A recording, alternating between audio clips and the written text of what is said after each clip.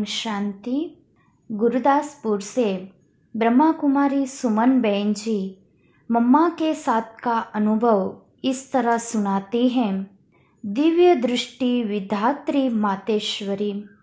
मातेश्वरी की भावना इतनी पवित्र और परिशुद्ध होती थी कि उनका दर्शन करते ही कैसे भी विरोधी भाव वाले अथवा अन्य भाव वाले व्यक्ति हो पूर्ण बदलकर शीतलता का अनुभव करते थे और महसूस करते थे कि इस महान आत्मा के दर्शन पाकर हम धन्य हो गए। मातेश्वरी जी का इतना प्रभाव था कि उनके सामने कोई भी कैसी भी आत्मा आए परिवर्तित होकर जाती थी। अमृतसर में एक बार मम्मा का सत्संग हो रहा था। हमारे घर से सब बहुत खुशी खुशी में जा रहे थे। मुझे भी उन्होंने कहा कि मातेश्वरी जी आ रही है, तुम भी चलो। मैं भी उनके साथ गई। वहां मातेश्वरी जी को देखा तो मुझे प्रेरणा आई कि मुझे भी इन जैसा बनना चाहिए, उनके जैसा आदर्श जीवन जीना चाहिए। यह सोच ही रही थी कि मातेश्वरी की दृष्टि मेरे ऊपर पड़ी। वे मुस्कुराई और अपनी शक्तिदायिनी दृष्टि मेरे ऊपर बरसाई। जब मम्मा दूसरी बार अमृतसर आई तो मैं उस दिन क्लास में नहीं गई थी। तब मम्मा ने मेरी माताजी के हाथ शक्तियों की एक तस्वीर भेजी और कहा कि उस कन्या से पूछना कि इन शक्तियों जैसा बनना है। उस चित्र को देख मुझे लगा, हाँ ऐसा बनना है। उस दिन से मातेश्वरी से मेरा प्यार और बढ़ गया और मुझे बार बार अनुभव होने लगा कि यह मेरी माँ है। उस प्यार से मेरा जीवन पूरा परिवर्तित हो गया। जब पहली बार मैंने मम्मा को देखा तो मुझे मम्मा अष्टभुजाधारी देवी दिखाई पड़ी। ताज पहने हुए थी, चमकीले रंगीन वस्त्र थे, सर्व अस्त्र शस्त्रों से सुसज्जित माँ शक्ति के रूप में दिखाई पड़ी। मम्मा का जीवन बहुत ऊंचा था। एक बार की बात है, मम्मा के सामने कई कन्याएं बैठी थी। मम्मा उनसे मिल रही थी, मैं भी थी। जब मुझसे मम्मा मिल रही थी तो मम्मा ने पूछा, बच्ची, ईश्वरीय जीवन में बहुत परीक्षाएं आएगी, तुम उनको पास करोगी? मैंने कहा, हाँ मम्मा जरूर। फिर पूछा, इतनी इतनी मिर्ची खानी पड़ेगी, खाओगी? मैंने कहा, हाँ जी। आगे फिर कहा, इतने बड़े बड़े घड़ों पानी पीना पड़ेगा, पियोगी? मैंने कहा, हाँ जी।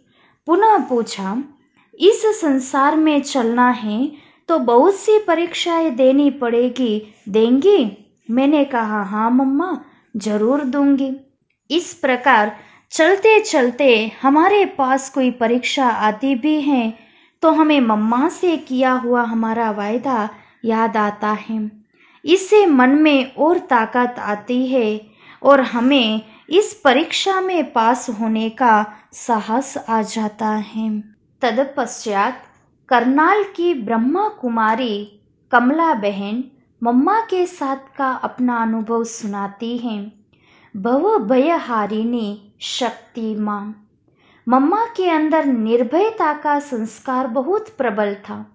वे सत्य ज्ञान को इतना निर्भयता से सिद्ध करती थी कि सुनने वाला कितना भी पढ़ा लिखा तर्क विकर्तवादी हो वह झुक जाता था। एक बार की बात है कि करनाल में मम्मा के निमित्त एक सार्वजनिक सभा का आयोजन किया गया था। मम्मा उस समय कर्म सिद्धांत के बारे में भाषण कर रही थी। वहां का नगर पालिका अध्यक्ष कुछ लोगों के साथ विरोध प्रकट करने के लिए आया। मम्मा ओजस्वी भाषण उस बड़ी सभा में सुना रही थी। मम्मा ने पूरे 1 घंटे तक भाषण किया। भाषण पूरा होने के बाद मम्मा स्टेज से उतरने जा रही थी कि वह नगर पालिका अध्यक्ष आकर मम्मा को साष्टांग नमस्कार करते माँ माँ कह आंसू बहा रहा था। उसको मम्मा से शक्ति माँ का साक्षात्कार हुआ था। इस प्रकार मम्मा के निर्भयता के गुण ने कई आसुरी संस्कारों वालों को पराजित किया था और उन्हें शरण में आने के लिए मजबूर किया था। मम्मा के इस निर्भयता के गुण ने मुझे परिवार के लौकिक बंधनों को तोड़ने की प्रेरणा दी। क्लास में आने के लिए ही मुझे बंधन डाला जाता था, तो समर्पित होने के बाद तो मेरे लिए दूर की बात थी। लेकिन मम्मा के निर्भयता के गुण को मैंने अपनाया और सारे बंधनों को तोड़ डाला। इस प्रकार हमें निर्बंधन बनाने में मम्मा के बोल ही पूरे सहयोगी रहे। मुझे ज्ञान की बातें दूसरों को सुनाने में डर लगता था। एक दिन मम्मा कई सेवा करने वाली बहनों के नाम ले रही थी। मुझे भी अंदर से इच्छा हो रही थी कि मम्मा मेरा भी नाम ले। उस दिन मैंने मम्मा से पूछा, मम्मा आपने मेरा नाम क्यों नहीं लिया? तब मम्मा ने कहा, बच्ची, मम्मा उनके ही नाम लेती है जो बाबा की बहुत सेवा करते हैं। तुम भी बाबा की खूब सेवा करो तो तुम्हारा नाम भी लूंगी। तब मुझे मन में आया कि मुझे बाबा की सेवा करनी है। तब से मैं बाबा के ज्ञान को सुनाने की सेवा करने लगी। मम्मा के उन शब्दों ने मुझे बेझिझक ईश्वरीय ज्ञान सुनाने की प्रेरणा दी। उसके बाद मैं बड़ी बड़ी सभाओं में बाबा का संदेश निर्भयता से देने लगी। एक बार करनाल में क्लास के बाद मम्मा हम कन्याओं के साथ बैठी थी। मम्मा के बहलाने में भी बहुत कुछ राज भरे रहते थे। मम्मा सदा कहा करती थी, सदा सबको सुख दिया करो, 5 तत्वों को भी दुख नहीं देना। अगर कोई जोर जोर से चप्पल से आवाज करते हुए चलता है तो मम्मा कहती थी कि धीमे धीमे चला करो, धरती को भी कष्ट नहीं देना। तत्वों को भी तुम सुख दो ताकि ये तत्व भी तुम्हें सुख दें। जिस प्रकार एक माँ अपनी बच्ची को हर बात समझाती है कि कैसे बात करे, कैसे चले, कैसे व्यवहार करे, वैसे मम्मा भी हर तरह की शिक्षा देकर हम बच्चों को योग्य बनाती थी। जब भी मैं मम्मा को देखती थी तब मम्मा मुझे सजी सजाई ताजदारी शक्ति के रूप में दिखाई पड़ती थी। माँ होने के कारण मम्मा के लिए सब अपने ही बच्चे थे। वे किसी तरह का भेदभाव नहीं करती थी। जिस प्रकार लौकिक माँ अपने बुद्धिवान बच्चों को भी प्यार करती हैं और बुद्धिहीन बच्चे को भी प्यार करती हैं, उसी प्रकार कोई यज्ञवश मम्मा के पास किसी की शिकायत लेकर आता था तो मम्मा कहती थी, बच्चे, उसका कोई अवगुण बताने से पहले तुमको उसका कोई एक अच्छा गुण सुनाना पड़ेगा। पहले उसका एक अच्छा गुण सुनाओ, बाद में उसका अवगुण सुनाओ। जब वो दूसरों के अच्छे गुण के बारे में सोचने लगता था तो उसमें जो जोश होता था वह धीरे धीरे ठंडा हो जाता था। उसका अच्छा गुण सुनाने के बाद उसका अवगुण कैसे सुना सकता था? इस प्रकार मम्मा प्यार से दोनों बच्चों का झगड़ा स्नेह से परिवर्तित कर देती थी और अपने दोनों बच्चों के प्रति एक समान दृष्टि रखती थी। तत्पश्चात कैथल की ब्रह्मा कुमारी पुष्पा बहन जी मम्मा के साथ का अनुभव सुनाती हैं। दिव्य रूप दिखाने वाली देवी माँ। सारी जिम्मेवारियां होते हुए भी मम्मा शांत और गंभीर रहती थी। गंभीरता ऐसी कि उसका भेद कोई पा नहीं सकता था, अर्थात उनके अंदर क्या है यह जान नहीं सकता था। आम आदमी जो होते हैं उनके अंदर में जो भी होता है उसको वह 10 आदमियों को सुनाकर अपने को हल्का कर लेता है, लेकिन मम्मा से पूछने की किसी को हिम्मत नहीं होती थी कि मम्मा आपके मन में क्या है। इतनी वह सागर की तरह गंभीर रहती थी। इसका अर्थ यह नहीं कि मम्मा हर्षित मुख नहीं थी। मम्मा हंसती थी, लेकिन शालीनता के साथ। जब मैंने पहली बार करनाल में मम्मा को देखा, तब उनको मैंने जगत माँ के रूप में देखा। मम्मा महीना भर करनाल में रही। मम्मा बड़े बड़े बुजुर्गों को भी बच्चों की तरह पालना देती थी। मम्मा की दृष्टि उन पर पड़ते ही वे माँ मम्मा कहकर उनका लाड दुलार पाने के इंतजार में रहते थे। मम्मा अपनी दृष्टि से निहाल कर देती थी और वे मम्मा का दर्शन पाकर प्रेम के आंसू बहाते थे। एक बार मम्मा करनाल में आने वाली थी। उनके स्वागत के लिए कई भाई बहनें स्टेशन पर गए थे। उनमें बुजुर्ग भी थे, प्रौढ़ तथा वयस्क भी थे। वहां कुछ लोगों ने पूछा कि ये कौन है। किसी ने कहा यह हमारी माँ है।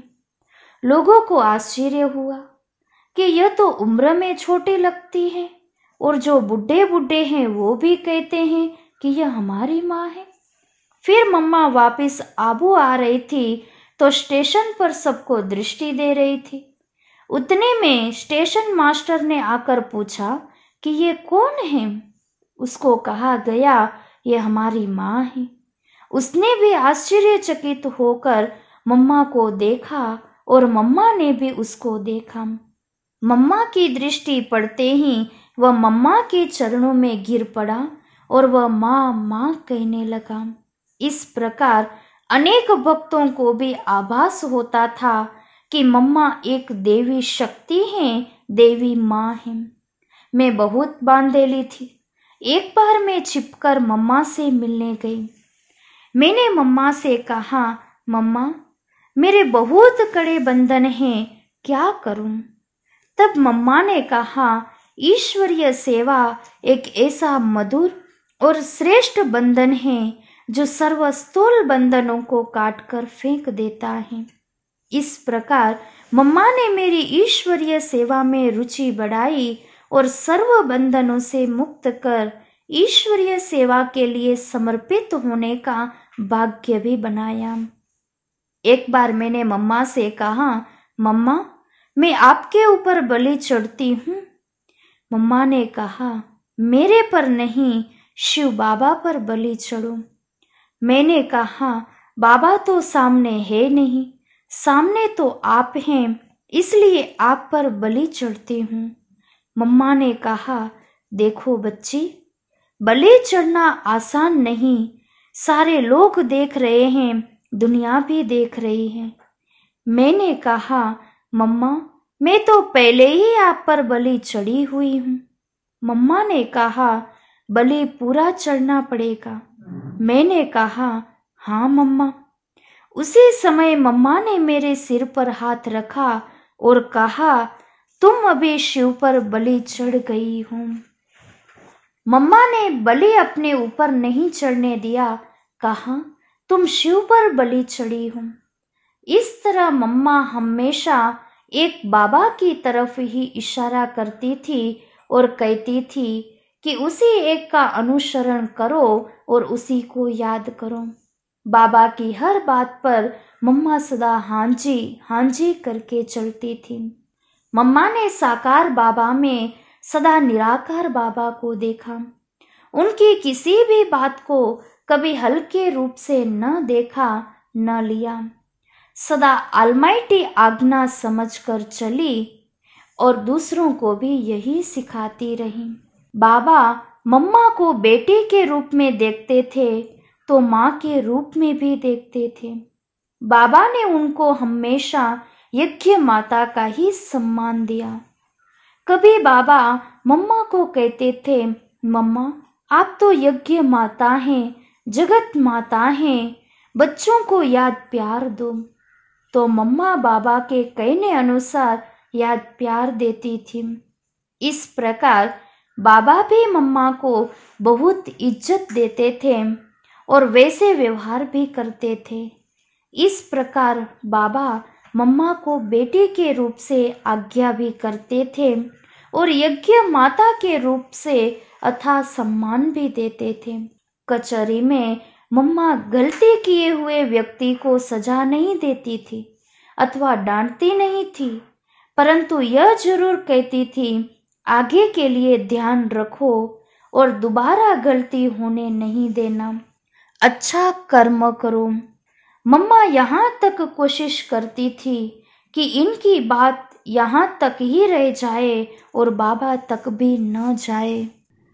तत्पश्चात अंबाला सिटी की ब्रह्मा कुमारी सरोज बहन जी मम्मा के साथ का अनुभव सुनाती हैं कि यह क्या सब देवियाँ यहीं आ रही हैं। सन 1960 की बात है। हमारे घर के ऊपर ही आश्रम था। मैं उस समय ज्ञान में तो नहीं थी, लेकिन बहनों को देखकर खुशी होती थी। एक दिन एक बहन किसी से कह रही थी कि हमारे यहाँ मम्मा आने वाली है। वह कभी कहती जगदम्बा आने वाली है, कभी कहती कि वैष्णो माता आने वाली है। मैं सोच में पड़ गई कि क्या ये सब देवियाँ यहाँ आएगी। मम्मा की कार सेवा केंद्र के पास आई और मम्मा कार से उतर रही थी। मैं सबसे पीछे थी। मम्मा ठीक तरह से दिखाई नहीं पड़ रही थी, इसलिए मैं आगे चली गई। मैं छोटी थी तो मुझे आगे जाते हुए देखकर कोई कुछ बोला नहीं। जैसे ही मम्मा कार से उतरी और उनकी दृष्टि मेरे ऊपर पड़ी तो मुझे लगा कि मम्मा कार से नहीं उतर रही है, लेकिन शेर के ऊपर से वैष्णो माता उतर रही है। मैं मूंझ गई। मैं यह क्या देख रही हूँ? वह कभी सफेद वस्त्र में दिखाई पड़ती थी तो कभी लाल वस्त्र में दिखाई पड़ती थी। मैंने बहन जी से पूछा, दीदी यह लाल वस्त्र पहनी है या सफेद? उन्होंने कहा, अभी चुप रहो, बाद में बता दूंगी। मम्मा के स्वागत के लिए मैंने जाटनी और मेरे भाई ने जाट बन उनके सामने एक नाटक किया। उस समय मैंने मम्मा में जो अलौकिक आकर्षण देखा था उसको आज तक भी नहीं भूल पाई हूँ। मम्मा का कन्याओं के प्रति बहुत प्यार था। बटाला में रोज शाम को करीब 40 कन्याओं की क्लास होती थी। सारी की सारी कन्याएं बांधेली थी। फिर भी कोई न कोई बहाना बनाकर हम सेवा केंद्र पर मुरली सुनने जाती थी। बटाला में एक बड़ी हवेली थी। उसके ऊपर मंजिल पर आश्रम था। नीचे हवेली में मालिक रहता था। साथ में दूसरे किराएदार और हमारे परिवार वाले भी रहते थे।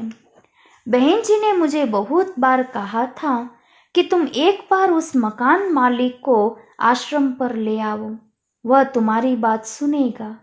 क्योंकि मैं बहुत छोटी थी और उनका मेरे से बहुत प्यार था, इसलिए मेरी बात पर कभी ना नहीं कहते थे।